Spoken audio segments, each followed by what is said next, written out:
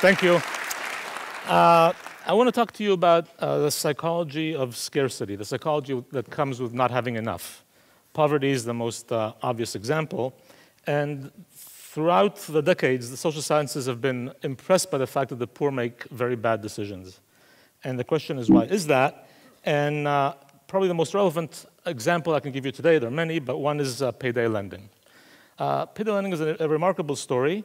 If you want a payday loan, you go to a place that gives you small amounts, $200 or $300 for 2 weeks until your paycheck arrives.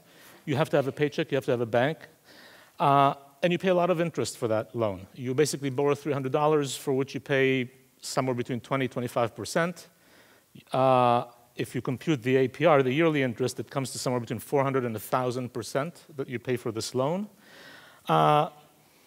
We know that these loans hurt you. So basically what happens is, think about it, you need some money urgently, you borrow $250, 2 weeks from now you owe me $300, you're not any richer than you were last time, that $300 becomes even more of an offense, you have to borrow again.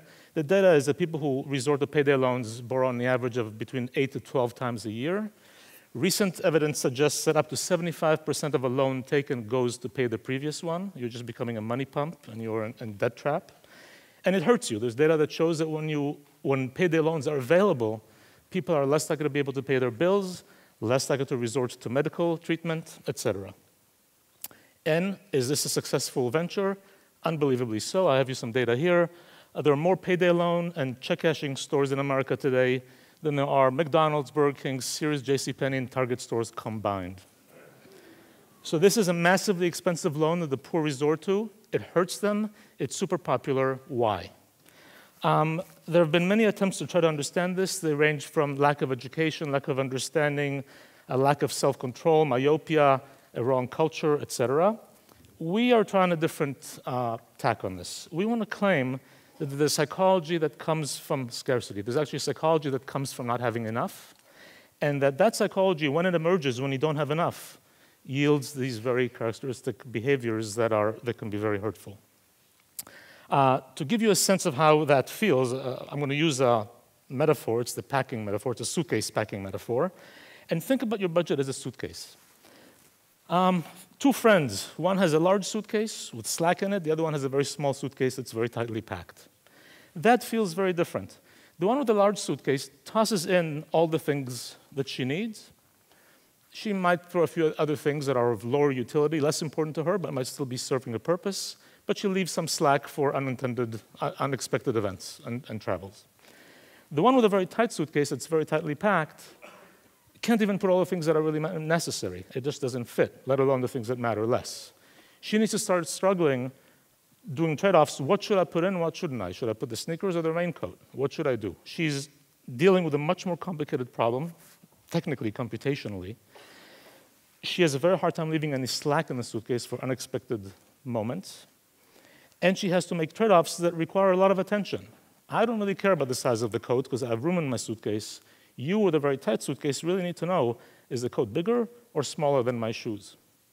I am traveling with slack. If I walk the streets of New York and I see a pair of shoes I like, I ask, is the price right? And if it is, I buy them and I toss them in my suitcase.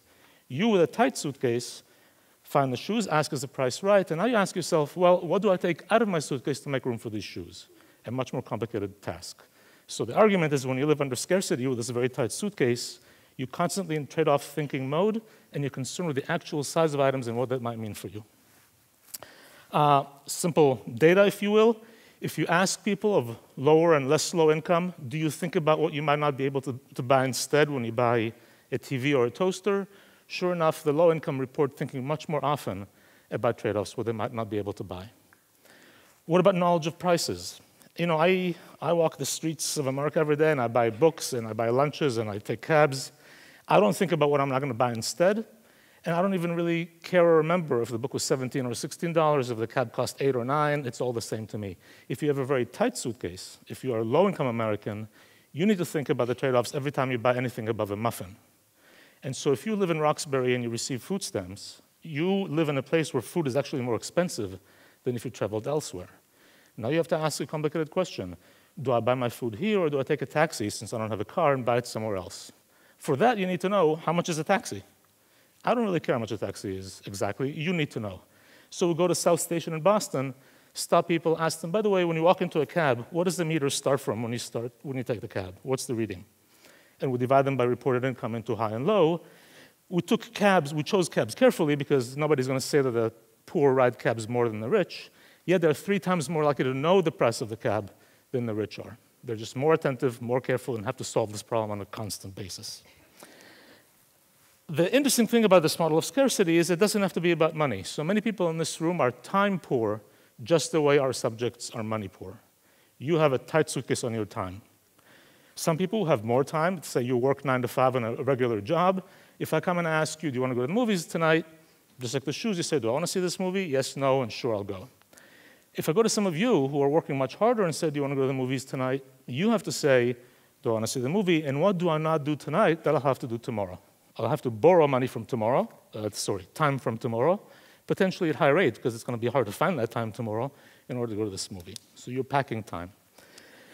Temptations. When you're poor, when your suitcase is very tight, things that ought to be regular, taking cabs, buying pizzas, become a temptation you might need to resist. You're constantly resisting temptations a lot more than the rich are, and there's a lot of evidence that resisting temptation is simply depleting. It fatigues you. It's hard to resist temptation, and the poor, those who have experienced scarcity, do that a lot. Well, sorry, I'm jumping here. The rich have very similar time temptations that they have to think about. Just like there is a regular pizza for the person in America who might not be able to afford it if they're poor, think about spending 2 hours with your kids playing Monopoly. That ought to be a completely standard activity. If you are time poor, all of a sudden that becomes something you think about. You trade off, you worry about, you might not be able to afford. It becomes a luxury. Finally, one more, indulgences. A lot of literature on the poor critiques the poor for being in debt that they cannot pay, nonetheless buying small luxuries, sneakers, iPods, etc.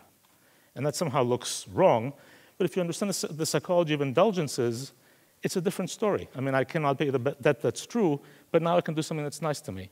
Think about you guys. How many people in this room are sitting on deadlines that you'll not be able to respect? Yet, what are you doing here schmoozing with me? Go back and do a few more minutes. But that's just not the psychology and how it works. And so that's part of this issue of scarcity and how you deal with it. Okay, let me give you some quick studies that we've done. It's hard to make our students money poor, but it's very easy to make them time poor. We have subjects come to a lab where they're going to play Family Feud. I assume most of you know how the game works. You have to guess the answers. They get into it. They collect points, which then get translated into money, which they actually get paid, so they want to do well. We randomly assign them into rich and poor. Some have more time, 50 seconds around. They have more time to think and play. Others have very little, only 15 seconds around. In addition, between these two groups, some have the ability to borrow at high rates. So every time you use an extra second now, if you're into the game, you think you know the answer, you want 2 more seconds, you can borrow, but then you pay with 2 extra seconds for every second you borrowed, so you pay back at interest. Or you're in a group that cannot borrow. So we have the rich and the poor, able to borrow, not able to borrow. You play the game, what do you find? You find that the rich, students who have enough time, don't borrow very much. This is not an attractive rate, it's predatory lending. But occasionally they do, and it doesn't hurt them. The poor, those who are poor for time, living under time scarcity, borrow more frequently, pay the high interest rate, manage to finish fewer rounds and get substantially fewer points. So what you're seeing here is people borrowing under scarcity at predatory lending rates and hurting themselves, except that these are not the poor of America who you can criticize for being uneducated, myopic, wrong culture. These are Princeton students. They're not myopic. They got into Princeton. They don't have self-control problems. They're functioning under scarcity and replicating the effects that you see among those who experience money scarcity. This has big influence on our lives because if you're poor and you're constantly in a packing, problem-solving mode, it's very distracting and it's very fatiguing. Here we go to a mall in New Jersey. We ask people to participate in a study. They agree. They sit in front of a computer. You get hypothetical financial problems. Your car breaks down. It's going to take some money to fix. While you're thinking about how you're going to fix this problem, we'll give you a couple of classic cognitive tests that have been used in the literature, in experimental studies quite a bit. The cognitive control task is sort of a divided attention executive control. Think about it as divided as driving. It's how well you can manage. You have to answer same side if it's a heart, opposite side if it's a flower. It's very confusing. We know for a fact after many studies, if you're tired or distracted, you do less well. You're slower and you make more errors. So that's a driving test. The other one, the Raven's progressive matrices, is basically an IQ test. It's used, these actual questions are used in SAT and GRE tests. It captures working memory and intelligence. So these subjects now got these problems, either a hard problem where the car is going to cost a lot, or an easy problem where it's going to cost not too much to fix. They play these games, and independently we get a reading of their self-reported annual household income. We divide them by median, split into rich and poor, and let's see how they do on these tests, on these games. If you look at the rich, whether they get the easy or the hard financial problem, they do equally well. If you look at the poor in the Jersey Mall, when the problem is easy, when a car is not hard to fix, they do just as well as the rich. When the problem is challenging, they are driving less well. And the argument is when you're poor and driving in America, there are a lot of challenging problems in the back of your mind all the time. The other question, the rich, when you look at the IQ test, whether it's an easy or hard problem, they do equally well. The poor do comparably well when the problem is easy. They are less intelligent when there's a difficult problem that concerns them in the back of their minds. So when you're going around with difficulties packing, this actually impacts your performance in ways that are detectable and consequential. You could say the rich and the poor, it's a problem, it's different. One is more stressed than the other. One is more educated than the other. We've controlled for all that. Nonetheless, the dream would be, can we show this in a single subject, not different? We found a solution. These are sugarcane farmers in India. They have their sugarcane harvest is once a year.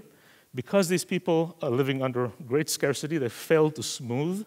They end up being poor before the harvest and rich after they still harvest.